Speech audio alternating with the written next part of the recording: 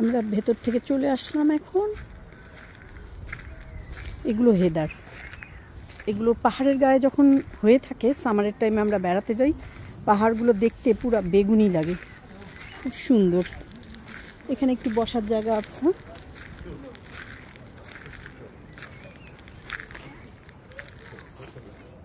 কি খাবো, খেয়েই তো আসলাম।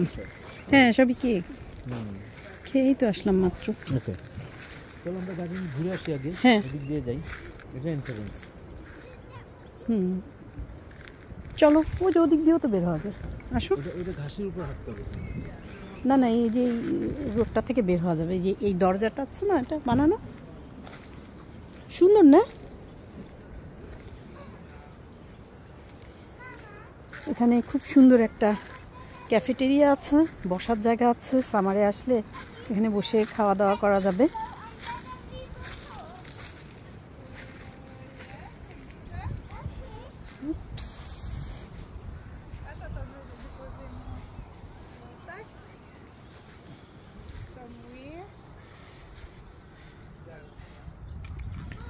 হ্যাঁ আসছি। ঘাসগুলা ভিজা, ঘাসের উপর ওঠা যাবে না। আসতেছি আমি।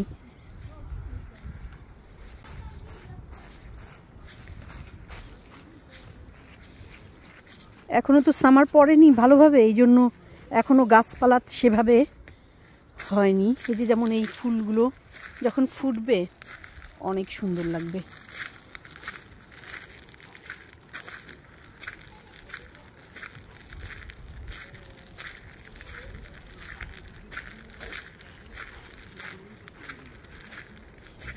এখানেও ড্যাফোডিল আছে।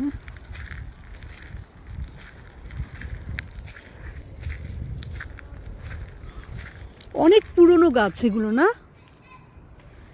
এই গাছ দুটো দুই পাশ থেকে উঠেছে, উঠে ওপরে গিয়ে ক্রস হয়ে গেছে।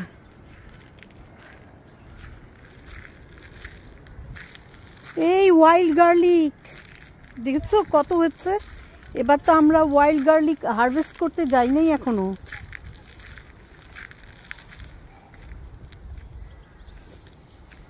এই যে যত এখানে দেখা যাচ্ছে পুরা ইয়াটা জুড়ে এগুলো হচ্ছে ওয়াইল্ড গার্লিক। হ্যাঁ, এগুলো খাওয়া যায়, ভর্তা খেতে যে যা মজা।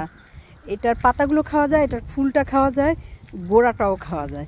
গোড়াটা গার্লিকের মতোই না, কিন্তু ছোট ছোট একবারে, মানে গুঁড়ো গুঁড়ো গার্লিক, যেমন আমাদের দেশে দেশি গার্লিকগুলো থাকে না তেমন দেখতে গোড়াটা, কিন্তু আর পাতাটা পুরা রসুনের ঘ্রাণ, অদ্ভুত সুন্দর লাগে। আর এখন তো ফুল ধরে নাই, যখন এই গার্লিকগুলোতে ফুল ধরে, ফুল ধরলে পুরা সাদা হয়ে থাকবে। এই যে হচ্ছে এটার কলিগুলো, এই যে কলি হয়েছে, প্রচুর কলি হয়েছে গাছে, যখন ফুল ধরবে পুরো সাদা হয়ে যাবে, জায়গাটা দেখতে অনেক সুন্দর লাগবে।